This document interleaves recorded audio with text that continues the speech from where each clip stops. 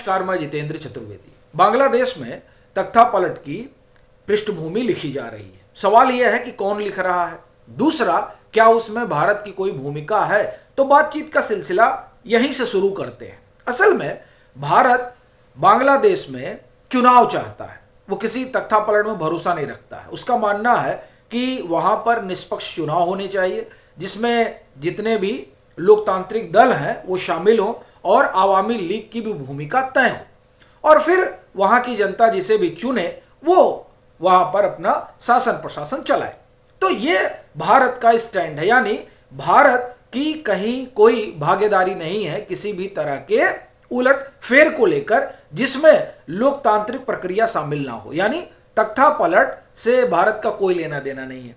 तब किसका लेना देना है? क्या अमेरिका फिर वहां पर कोई फेरबदल चाहता है? चूंकि पहले भी अमेरिका तख्तापलट करवा चुका है जब शेख हसीना की सरकार को, या मैं कहूं कि शेख हसीना को बाहर किया गया और बाकायदे उनके खिलाफ वहां पर आंदोलन मैन्युफैक्चर्ड किए गए। अभी उसी तरह की चीजें जो है वो बांग्लादेश में दिखाई दे रही हैं। तो क्या उसके मद्देनजर अमेरिका कुछ सोच रहा है? तो नहीं, अमेरिका भी नहीं है। फिर सवाल उठता है कौन है?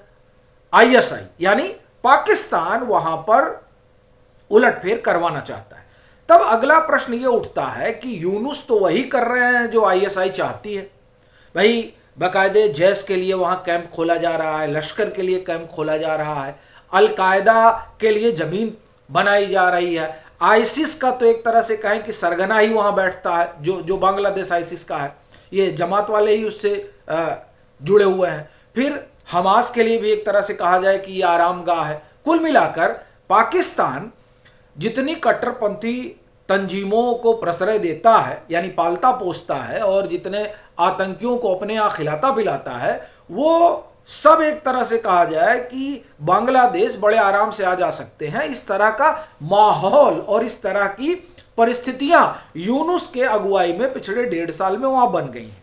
तो फिर पाकिस्तान यूनुस को क्यों हटाना चाहेगा? तो देखिए, मामला यूनुस को हटाने का नहीं है।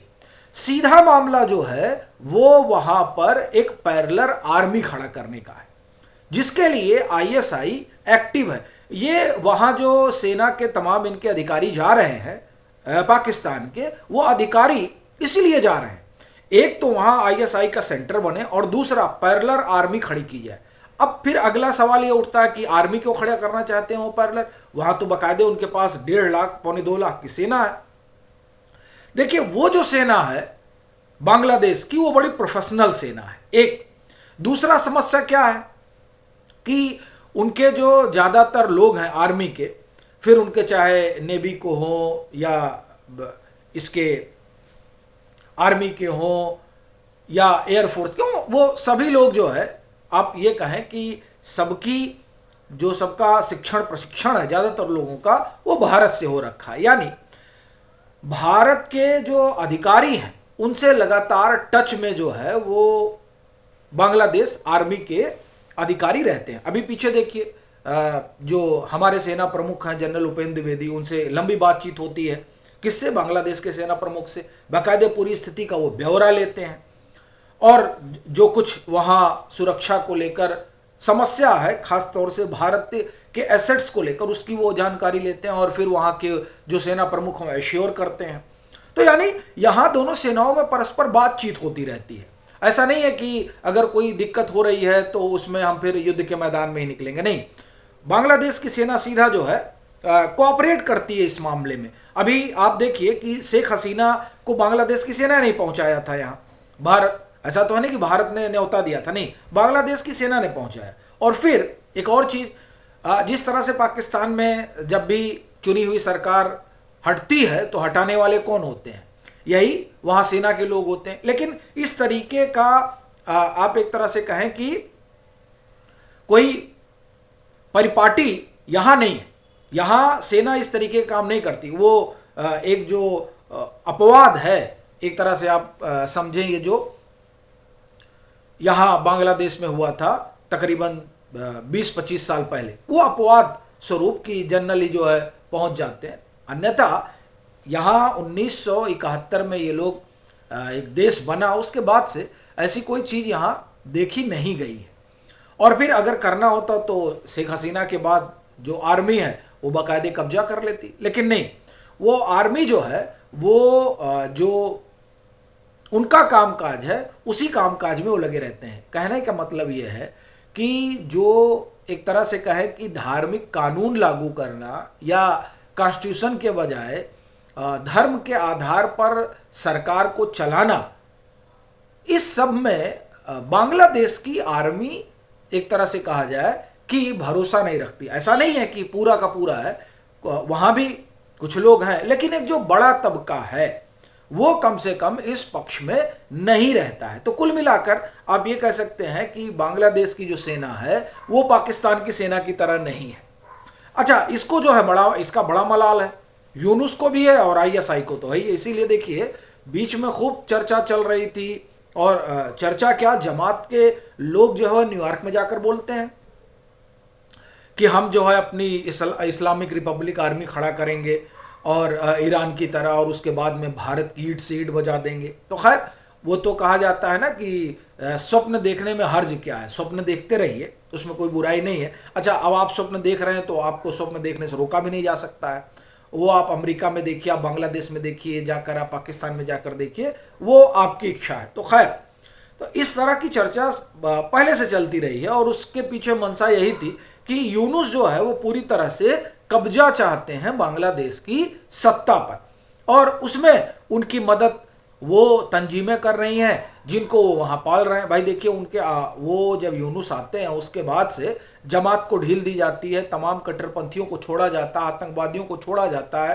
ये सब क्यों किया गया? वो जाहिर सी बात है कि बांग्लादेश में एक जो भारत विरोध है उसको पूरी तरह से इतना एम्पलीफाई कर देना है कि कम से कम वहाँ पर भारत का अगर नाम ले लिया जाए तो एक तरह से कहा जाए कि पूरा माहौल ही चेंज हो जाए। अभी यूनुस वहाँ वही कर रहे हैं, यानी जो पाकिस्तान चाहता है, जो आईएसआई चाहती है, वही सब कुछ बांग्लादेश में चल रहा है।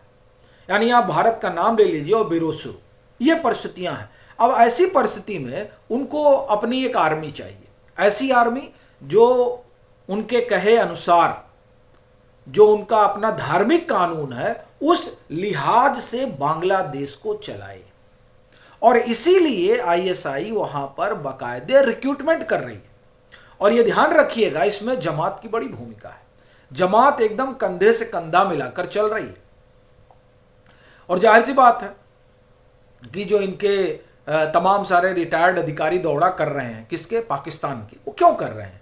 वो इसी बाबत कर रहे हैं, यहां पर इनकी एक प्राइवेट आर्मी तैयार की जाए। कुछ लोगों को तैयार कर रखा है यूनुस ने। ये बात तब सामने आई थी जब शेख हसीना को लेकर ट्रिब्यूनल का फैसला आने वाला था, और अवामी लीग ने देश यानी बांग्लादेश में लॉकडाउन की घोषणा की थी। उस दरमियान ढाका की सुरक्षा के लिए जो लोग लगे थे वो लोग हैं जिनको एक तरह से कहा जाए कि यूनुस ने डिप्यूट कराया था। तो ऐसा नहीं है कि वहां ऐसी कोई तैयारी अभी कोई नहीं चल रही है। यूनुस जब से है तब से तैयारी चल रही है, लेकिन ये इंटेंसिफाई कब हुई? अभी अक्टूबर की बात है, यानी 2025, अभी तो साल खत्म नहीं हुआ, तो अक्टूबर की बात है। मुझे लग रहा है ये 19-20 अक्टूबर की बात रही होगी जब ढाका में जुटान हुआ था। और उस जुटान में ये मिर्जा बेग जो इनके सेना में दूसरे नंबर के हैं वो आए हुए थे, उनके साथ आईएसआई के लोग भी आए हुए थे।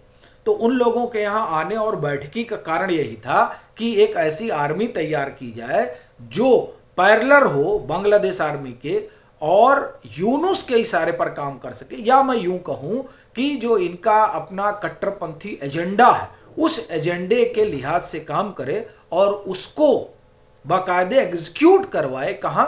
बांग्लादेश में। तो ये जो है पूरी तैयारी है वहां पर पैरेलल आर्मी खड़ा करने की। तो एक तरीके से ये तख्ता पलट ही है, खासतौर से जो इनकी रेगुलर आर्मी है उसके पैरेलल जब आप इस तरह की कोई आर्मी खड़ा करते हैं तो। बाकी आपकी अपनी क्या राय है जरूर साझा करिए।